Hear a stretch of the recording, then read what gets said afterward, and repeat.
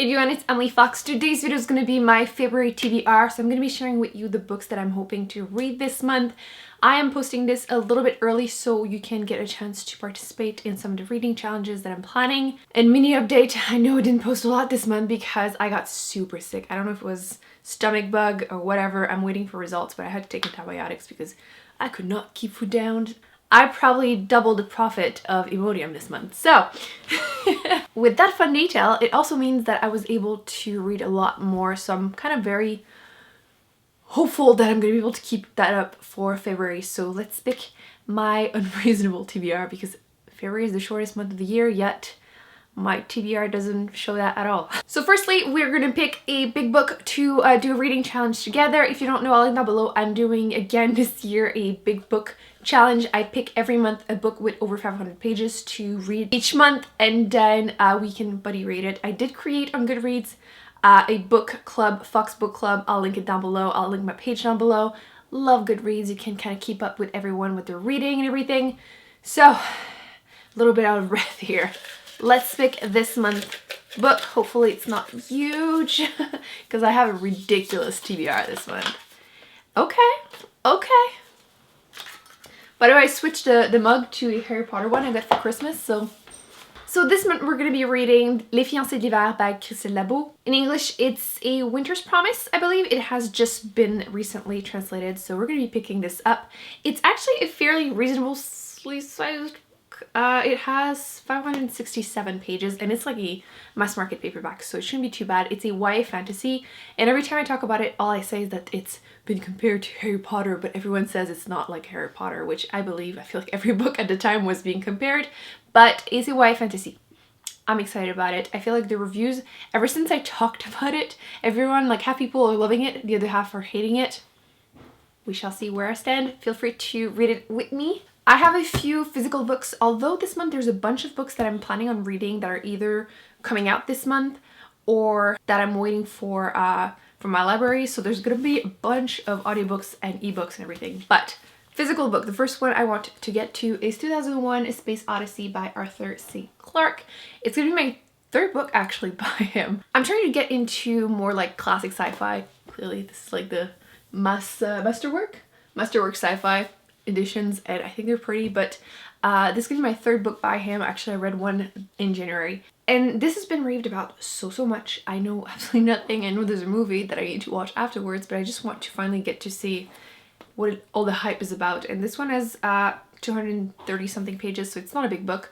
Although, like I said, I just read a book by him and it felt much bigger than it was, so we'll see how that one goes. Next book is actually becoming a movie March 1st, which is why I need to read it this month, and it is The Knife of Never Letting Go by Patrick Ness, which is the book one of the Chaos Walking trilogy. I have been meaning to read this for the longest time because I've read a few of his books and I love his writing. He's very good at it. I think he only writes YA, or at least that's all the books I've read by him, and they're all very good, kind of coming of age. And I believe this one, what I liked was that it's a YA fantasy kind of with a twist of like the main character is a teenage boy and he lives in a society where there's only men and everyone can hear everyone's thoughts. And then one day he goes on a walk with his dog, and then he meets a teenage girl and he can't hear her thoughts or anyone else's thoughts outside of his town or whatever. Something like that. I might be completely wrong, but I like to go into my books pretty blind. But since it's becoming a movie and I have been meaning to read this for the longest time, I thought this month is the month. I even put book 2 on my name on the waiting list at my library so I can binge read the whole thing if I enjoy it, which I'm hoping I will, but definitely recommend picking that up if you want to read the book before watching the movie.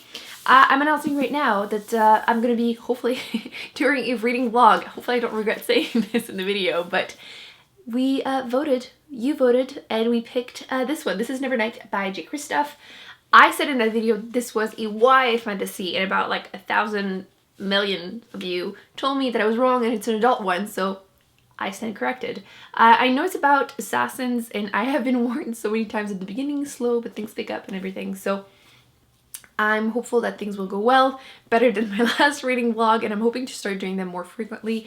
Don't forget to like vote every time I do one for like the next book. I'll give you options and everything, but yes, this is going to be an adult one, even though I thought it was going to be YA, so And then last physical book is something I didn't get to in January. I already know I'm gonna not finish it this month, even though I'm pre-filming this.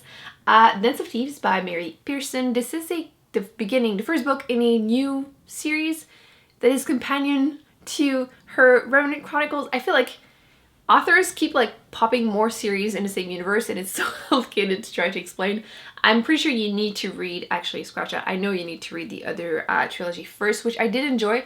It's a fantasy romance universe.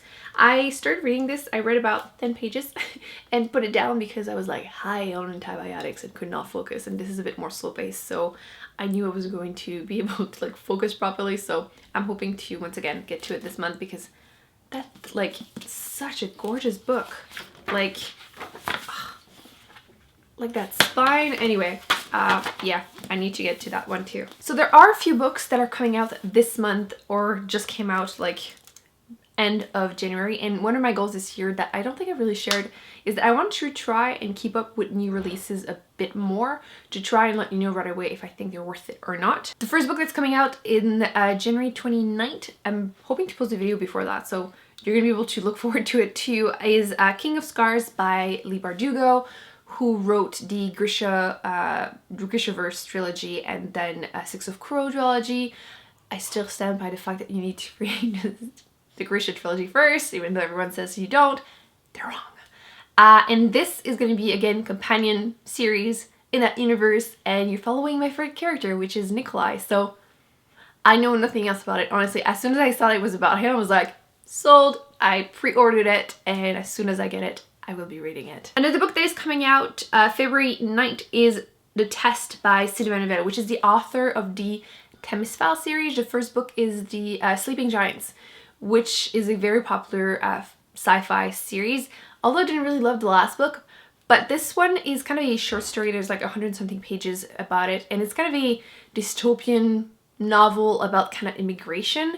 You're following a family trying to become a UK citizen, I believe, and they have to answer like 25 questions, and apparently things kind of get a bit intense. I'm struggling. I haven't been filming in like 3 weeks, so bear with me. Two more books that are coming out that I already pre-ordered. The first one is the Priority of, is it Prairie? I think my app corrected it. It's Priory of the Orange Tree. And I don't know a lot about it. I prefer to go into my books pretty blind, to be completely honest. But this is like the new YA fantasy that I feel like it's gonna be raved about a lot. There's like 800 pages. It's huge. And it's written by, is it Shannon? She wrote another popular book, YA book. I feel like I have the first one, like the Bone Season, I think that's the same author. And yeah, there's a lot of hype already about it, so I will be reading it as soon as it comes out on the 26th. Actually, another book that comes out on the same day, so I don't know if I'm going to be able to actually read both before the end of the month, but just to let you know. The Raven Tower by Anne Leckie. She wrote another trilogy. I think sci-fi is really popular, but I believe this one is fantasy, and it's also coming out that day, and I already pre-ordered it because I'm excited to read it. Okay, I think those are all the books that are coming out. The rest are books that I either have from our library or that I'm waiting for, and I know I should have them on time. It's kind of difficult to do a TBR list with those books because they tell you approximately when you might get them, but... Okay, so the first one, I don't know if I'm gonna have finished it before the end of the month, but just throwing it out there. The first book I'm planning on reading is, ooh, my app just decided. I'm using Libby, by the way, for my library. Definitely recommend checking it out. So the first book is Nine Perfect Strangers by Liane Moriarty. She wrote Big Little Lies, and I surprisingly love that book so much more than I expected. And this is her newest work, so I wanted to try and test it and let you know if it's worth it or not. I feel like the reviews have been quite divided, and I don't really remember the premise, but it's a mystery. I think it's a group of people stuck in a room, something like that. Doesn't matter, I'll let you know soon. Yeah, I have the audiobook right here, so I will be listening to that ASAP. Now, the next books that I should be able to read, according to the app, is The Shape of Water by Guillermo del Toro. This is part of my Goodreads reading challenge. If you don't know, again, I'll link that down below. One of my reading challenges is to try and read a bunch of winners or finalists in the Goodreads, like, Choice Award, I think. People on Goodreads basically voted the winners, and I'm kind of reading as many as I can so I can do my own awards at the end of the year, let you know which one should have won. I'm being petty, basically the ones that could have been winners or should have been winners in my heart or whatever. And this one is basically a movie, then they made a book about it. I didn't realize that, but it's kind of why people are saying it's a popularity contest, because not a lot of people actually read the book. They voted for it because they watched the movie, but I'm planning on reading the movie or reading the book and then watching the movie, or I'll attempt to, because I feel like the premise sounds really weird and really not up my alley, but it's a weird romance between a woman and a, like, Aquaman. I don't know, man. This doesn't sound like something I'm gonna enjoy, but I'm open-minded. I shall try. The next one I wanted to read is Brief Answers to the Big Questions by Stephen Hawking. Again, an audiobook that I'm waiting for, and they're telling me available soon, so I'm gonna be able to listen to this hopefully very soon. It's a fairly short book. Again, big questions. I feel like sometimes a lot of the science books that I'm reading nonfiction tend to repeat themselves a lot, but for some reason I'm still into it, so. And that one also came out, I believe, 2018. I've been trying to like balance a bit more newer works with books that I find at used bookstores at my library, kind of just to let you know if the newer books are also worth it. I didn't give myself a goal, but like if I could do like almost 50-50, that would be great, but probably won't happen. Maybe like a third of my books, that would be cool. Good. Ooh, I'm doing a Mean Girls. Next, I'm hoping to read The City of Brass by S.A. Chakraborty. I should say finish, because last year I read 30% of it and then it got sent back to my library and I just never really got to finish it ever again. So it's been almost a year. I need to finish it because book 2 just came out this month and I actually put my name on the waiting list for that one too, so like need to catch up. It's a, is it considered adult? I think it's considered adult, yeah, fantasy. And I enjoyed it, but I wasn't like obsessed with it. Clearly I didn't finish it. Or I didn't rush to try and wait again. Although I did put my list has been, my name has been on the list for like a year, let's be real. So I need to finish it and let you know how I feel about it so I can read book 2. Another fantasy book I'm hoping to read is Foundryside by Robert Jackson Bennett. I actually have his other trilogy as a, like, the 19 books I want to read in 2019. So I just wanted to read his new works. I'm noticing a pattern here. I'm trying to like read authors that I've heard of as soon as their books come out. My TBR is really unreasonable this month, but I've been like not doing much because it's been like snowing nonstop every single day and I've been sick a lot, so I'm hoping I can like keep up. The Last Time I Lied by Riley Sager. This author came out, I believe, last year also with a thriller and everyone was talking about it and I never got to it, but that's the new work, so I'm gonna get to it. If I like it, I'll read the other one. I kind of decided to do a little switcheroo maybe about the winner of the Best of Poetry from the Goodreads challenge. I'm hoping to read The Poet X by Elizabeth Acevedo. A lot of people were telling me that this was better, plus it was actually published in 2018, so we'll see, because I can't get my hands on the other one unless I buy it, and I've been trying to utilize my library as much as possible, hence the TBR is mostly on my phone. And like super quickly, because damn this is getting long, Radio Silence by Alice Oseman. I don't know a lot about it, but I've been trying to read more really popular YA books that I've been getting like rave reviews, because I've been kind of avoiding a lot of YA. Like last year I only read like 25% books from YA because I've been burnt. I feel like a lot of them were kind of and I just didn't get the hype, but this one has amazing ratings, so I'm hoping it's gonna work for me. A newer book also is Two Can Keep a Secret by Karen M. McManus. I read last year.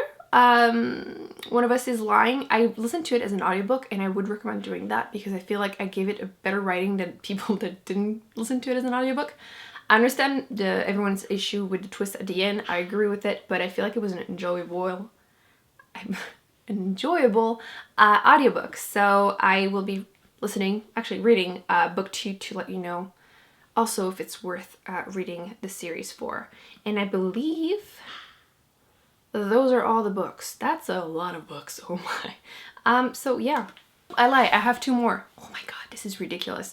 I have The Great Alone and An American Marriage, which both of them are part of my Goodreads challenge once again, so I'm not gonna go into it again because I talked about all of that in length in that video, but they're both respectively historical fiction and fiction winners in those categories on the Goodreads website. So